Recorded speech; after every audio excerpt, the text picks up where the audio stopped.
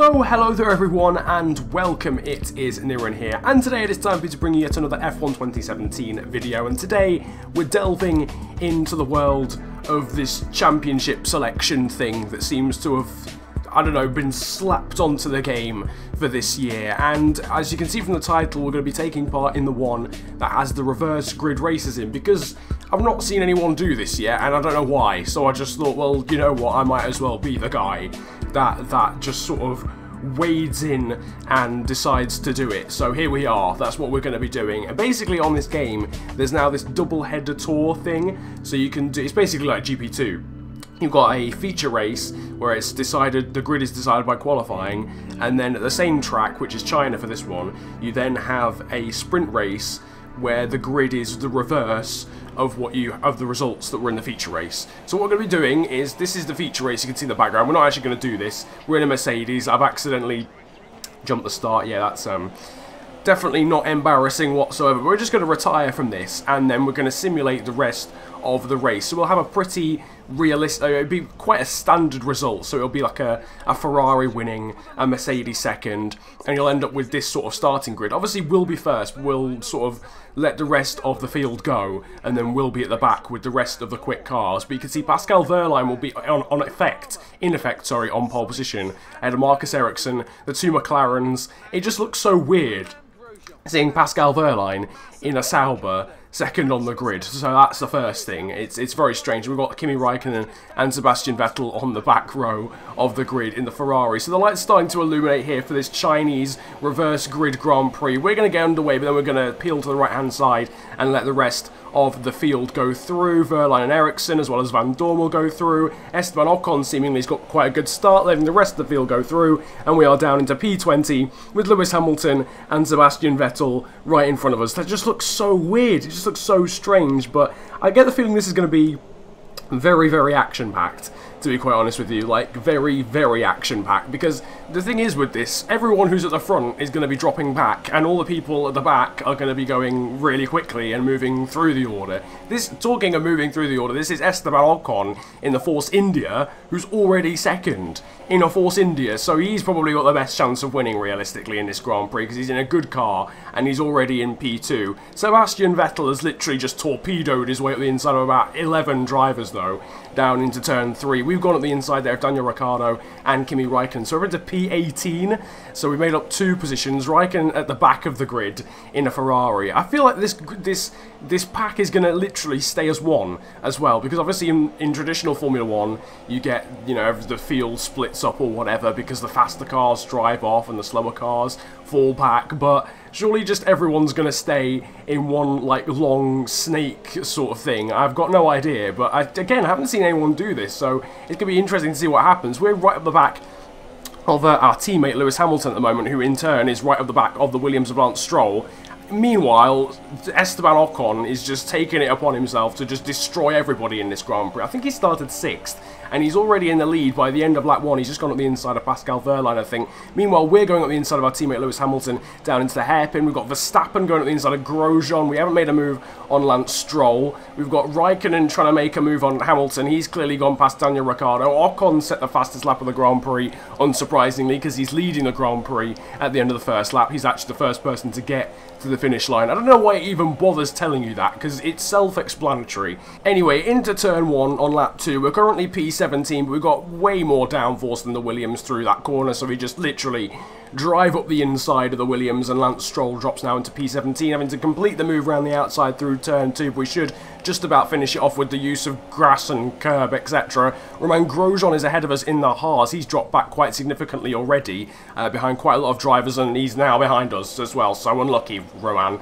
I'm sorry to the Frenchman, but he's now dropped another position. I feel like he's probably going to finish last in this race now. Max Verstappen is ahead of us now in the Red Bull, and we're making pretty good progress as well. Another driver who's making good progress actually so far is Sebastian Vettel, who's already up into P11. The rest of the drivers who started at the back and are in the faster cars seem to be struggling really to make any inroads. I don't think Lewis Hamilton or Kimi Raikkonen have particularly made any places really at all on anybody, even the likes of Grosjean, who's already slipped back in a pretty weak car in comparison to those guys. Vettel's line lining up one of the Renaults. We're lining up one of the cars that's powered by Renault, but it isn't one, and it's the Red Bull of Verstappen, and already, before we even get to the DRS zone, which isn't even active because it's lap 2, we're ahead of Verstappen, although he's pulling his weight in a straight line. I think we'll just about cover him off, though, down into the hairpin. Felipe Massa in the Williams is there as well, but we decide against lunging up the inside of him and just stay in P14 in this Grand Prix. Hamilton's just gone up the inside, though, of Grosjean. Ocon set the fastest lap of the Grand Prix. Here's a cheeky little replay, though, of what happened down the straight just then. This is Alonso, I think, trying to pass Ericsson, and Jolyon Palmer, the man, the myth, the legend, just decides, you know what, bun this, I'm going up the inside of both of you, and it's a pretty decent double overtake from the Renault driver, who gets so much stick for just being generally bad at driving Formula 1 cars, but that was a decent move from Jolyon Palmer. Around the final corner then for lap 2, starting lap number 3, we've got Felipe Massa now ahead of us in the Williams. Again, he sort of seems to be in a bit of a no man's zone, really, or no man's land even, that's the phrase, because he's got slower cars ahead of him. Nevertheless, we've gone wide through turn 1, we've got a massive bit of opposite lock and onto the grass and out wide. We managed to get back onto the racing line now, but we've lost 3 places, 3 of our hard-earned places, and we're behind Grosjean and Hamilton and Verstappen once again. So we're going to lunge back up the inside of Romain Grosjean there in the Haas, down into turn, and we've gone up the inside of Hamilton as well. I don't think we'll get the traction, though, on the Brit, or will we? No, we will. Double overtake then, down into turn number 3 on the track there, past Hamilton and Romain Grosjean. Decent, working our way back up through the order after that stupid mistake. Just going too deep into turn 1, getting a tyre onto the grass, opposite lot, going out wide. And it was a decent save, actually, in fairness, as Lewis Hamilton tries to go back around the outside of us, but can't. We squeeze him to the edge of the track, and we're back up into P15. Max Verstappen is next up. We're going to make a lunge on him. Yes, we are, down the inside into his left-hander. And will we complete the move? We'll have to go round the outside through the right-hander. We're still alongside each other. This is on board with Verstappen. He makes contact with us, and a bit of opposite lock for him as well. Big slide, and that's going to really hurt him down this straight because he's got no momentum whatsoever going on to it. And there's DRS this lap as well. Lewis Hamilton already goes through. The DRS is open, but it's going to be in vain as Romain Grosjean now goes through, and Kimi Raikkonen losing 3 places in one straight. Lance Stroll was there as well. Meanwhile, ahead of that, we're lunging up the inside of Felipe Massa, the Brazilian, in the second of the Williams cars, and we're now up into P13. Magnussen and Vettel ahead of us, and Lewis Hamilton, Grosjean and Raikkonen have all gone past Verstappen after he made contact with us. I don't know why he left his nose in.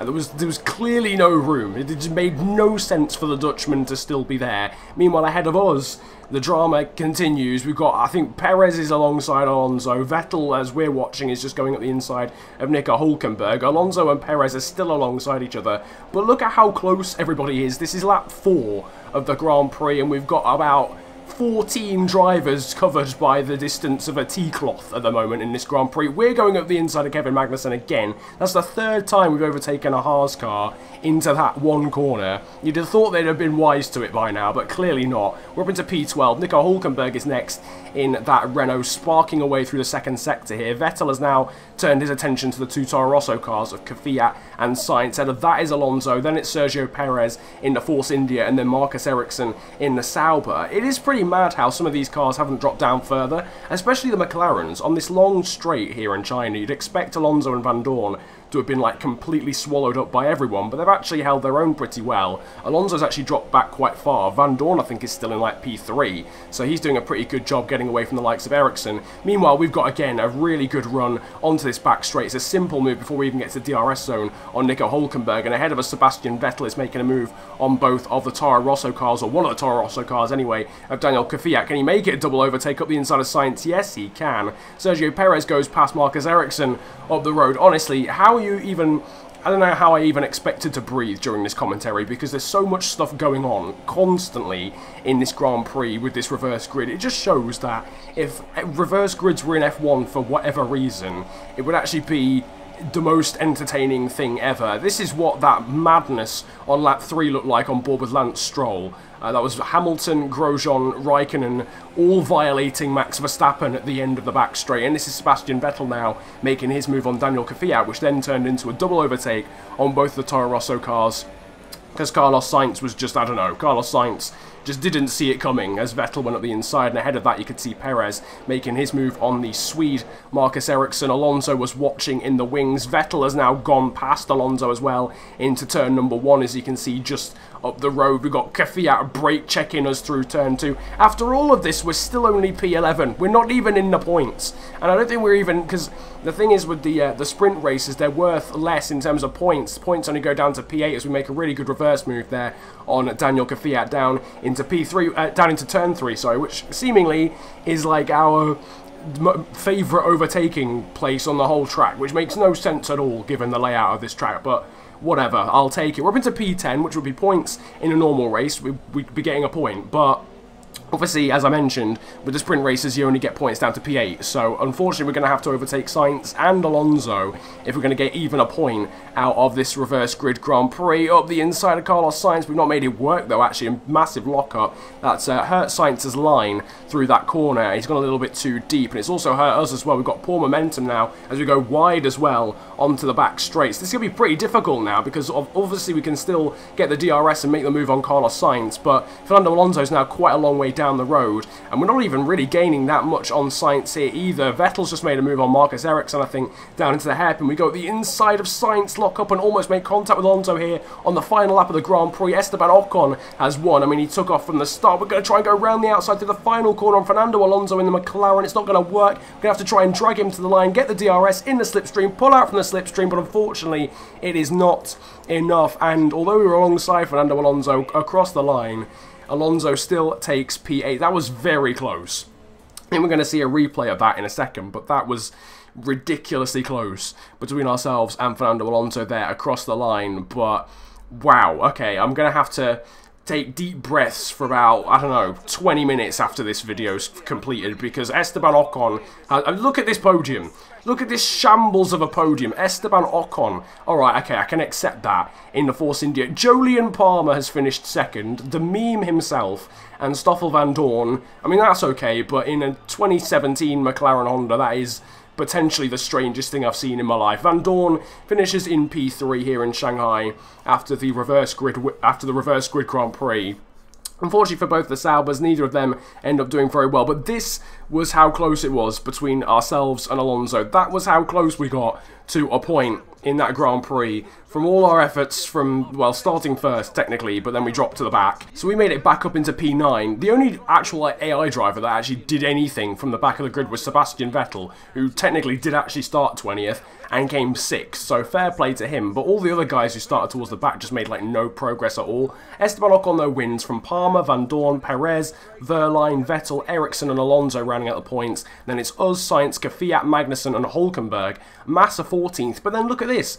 Raikkonen went from 19th to 15th. Alright, yeah, fairs. Hamilton 16th. Ricciardo and Verstappen right at the back. So none of those guys really making enough progress through the order, to be honest with you, or what you would expect, given like the whole grid was ahead of them and they were in the best cars on the grid. So interesting one really. A lot of the slower cars did drop back, but it was the likes of the Force Indias and Renaults that actually thrived, rather than the Mercedes and Red Bulls and stuff actually coming back through the order. I don't know whether it's to do with the track, maybe that's why the likes of the Red Bulls didn't pull through, because they don't have the straight line speed, whatever, not entirely sure. But that basically brings to an end this video, the reverse grid race. Hope you guys enjoyed. If you did, then make sure to slap a like on the video and subscribe if you are new to the channel. You can follow me on Twitter, my handle is on the screen, it is @theofficialfng, and my Instagram is on the screen as well, same handle, links are in the description below. But I'm gonna go and have a lie down, potentially a nap as well, because that was very hard to commentate over. But it's been a pleasure ranting at you guys today. Have a great day, enjoy yourselves, and goodbye. Wanna say yes, yes. Hope I see you next time. Said I want to be down, down, but it's hard sometimes.